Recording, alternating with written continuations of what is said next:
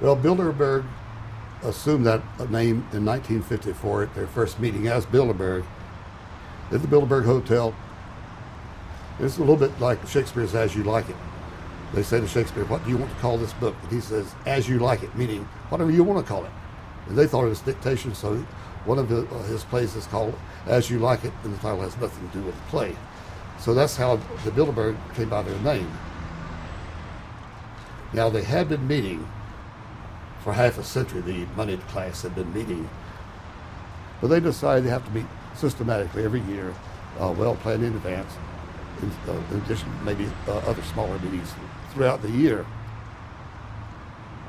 Sure this is the right turn, Jim? No. Let's see if you can start.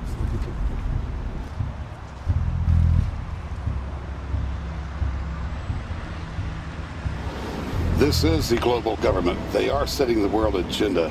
Inside right now, they're deciding on whether or not there will be a war with Iran. They're deciding whether or not taxes will increase, whether oil prices will be suppressed or increased. There's much more on the agenda that we'll be finding out in the fullness of time. But those are three items that are heavy on their list this year.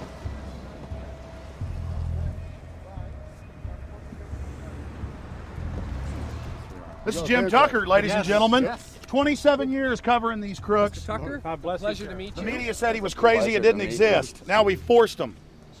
120 of the world's most powerful men, heads of state from Europe, high officials of the United States government, Treasury, White House, state, defense. They're setting the world agenda now. The reason they want secrecy is because they're doing evil. Evil is done under the cover of darkness. Good works are done in the sunshine.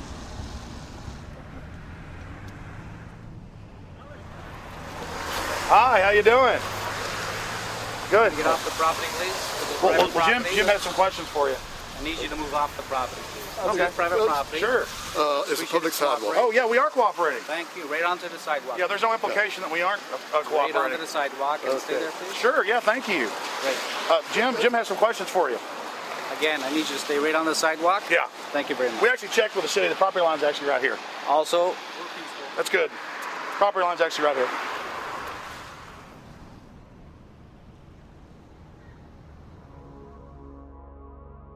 We are on the verge of a global transformation. All we need is the right major crisis, and the nations will accept the New World Order. David Rockefeller. We saw David Rockefeller and the Gone Black at the beyond the hotel, and they had no bodyguards. One of my friends shouted, "Hey, Rockefeller!" and he turned back and he was afraid. My name's Rene. I'm from Manitoba. Drove about 26 hours to get here, just to show that I'm against the Bilderbergers, just to fight for my freedoms, fight for my rights, make sure that my children can grow up in a free country. My name is Daniel Estrelin, and I've been doing this for the last 15 years. I'm from Canada. I'm very proud of my country because, as you can see, there are a lot of people covering the Bilderberg conference. Last year, it took me 14 and a half hours to get to Munich. I was pulled off the plane in Milan. I was pulled off the plane in Munich. They interrogated me 4 hours in both places. I was able to call a friend, a journalist in Rome, as a result of his presence and others. Calling the Foreign Ministry Department in Italy, they backed off and they let me go. They basically told me that they'll keeping an eye on me 24 hours of the day. The little hotel where we were staying at, Jim and I, out of the 20 rooms, 6 were occupied, 3 by the CIA and 3 by the German Secret Service. That's how serious these people are, and that's how afraid they are of actually what we may be able to reveal and what we actually do reveal publicly about the Bilderberger intents. Daniel Estrelin has covered the Bilderberg meetings in Europe and North America for more than 15 years. His book, Club Bilderberg, has been translated into more than 20 languages and is a global bestseller. Estrelin has photographed many past Bilderberg meetings. Rockefeller frontman Henry Kissinger is always a key participant. Here you see the president of the CFR, Richard N. Haas, followed by Vice Chairman of Rothschild Europe, Franco Barnaby, who is speaking with Henry Kravitz. And behind them is Richard Holbrooke, former U.S. Ambassador to the United Nations. The head of Daimler Chrysler, Jürgen Erich Schrimp, arrives by helicopter. Here, the owner of the Washington Post, Donald Graham, escorts Indra Nooyi, the head of PepsiCo. Queen Beatrix of the Netherlands, whose father, Prince Bernhard, founded Bilderberg, is a leading figure in the group. Of course, globalist kingpin David Rockefeller, seen here with his bodyguard, James Ford, always attends. The then newly appointed World Bank chief Paul Wolfowitz is photographed at Bilderberg 2005. It has been reported that Wolfowitz had attended previous meetings while still the Deputy Secretary of Defense, a violation of the Logan Act. Under the Logan Act, it is a felony offense for any member of the federal or state government to meet with members of a foreign government without the express authority and authorization of the President or Congress. Put simply, it is illegal for members of the government to meet secretly behind closed doors with foreign power brokers due to the problems of corruption and espionage that it breeds. For this reason, many prominent politicians attend, but their names do not appear on the official list. Despite the Logan Act, the governor of New York's name, George Pataki, does appear on the list, and we were able to catch the governor on tape walking with David Rockefeller at Brook Street. Multiple staff members inside Brook Street reported to us that Hillary Clinton attended for half a day. Several armored limos with diplomatic plates did arrive with police escorts and offloaded their passengers in the underground parking garage out of the sight of the press. Former World Bank President James Wolfensohn sardonically stared at our cameras.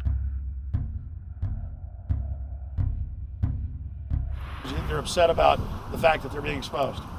Well, I'm sure they are. I mean, look at the tinted windows. They don't want to be seen. They don't want even anybody to know they're here. So I'm sure they're ticked, you know, and that's why we're here to try to expose them. Do you think that they were angry that they were on the front page of the local paper today? You think they're in there reading it right now, Jim? Yes, I don't think they're happy about it. They prefer nothing at all, no publicity. They prefer absolute secrecy. Yeah, you better look away. We're not your slaves. You don't own me.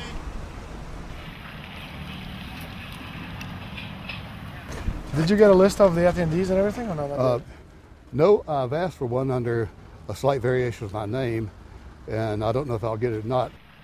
Also, it could happen today. For the last 3 years, I get back to the hotel. And there's a copy there waiting for you. For somebody who does not identify himself. I mean, I'm not just not revealing the source. I don't know the source myself. But a fact, because they want the Bilderberg letterhead on it, and makes a nice memento. Perfect. Alex. Yeah. That's Chalabi, eh? You think Chalabi? No, I don't think. I know. It looked like Chalabi, and it was a fat guy. Yeah. That was Ahmed Chalabi? Yeah. Oh my God. Then they're really going to attack Iran.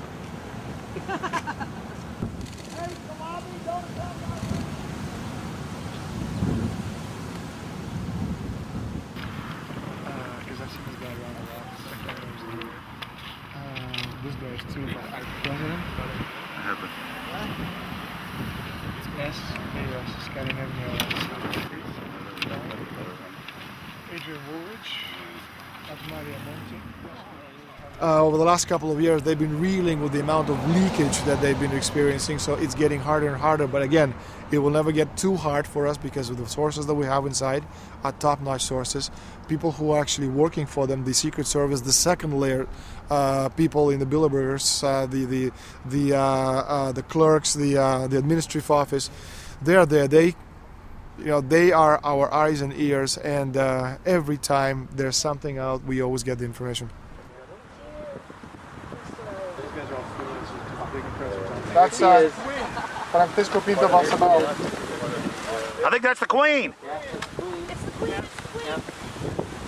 Oh my God, you can't miss her earrings. You see her? Yes. Oh my God. Queen of Holland. What usually happens, the Secret Service guys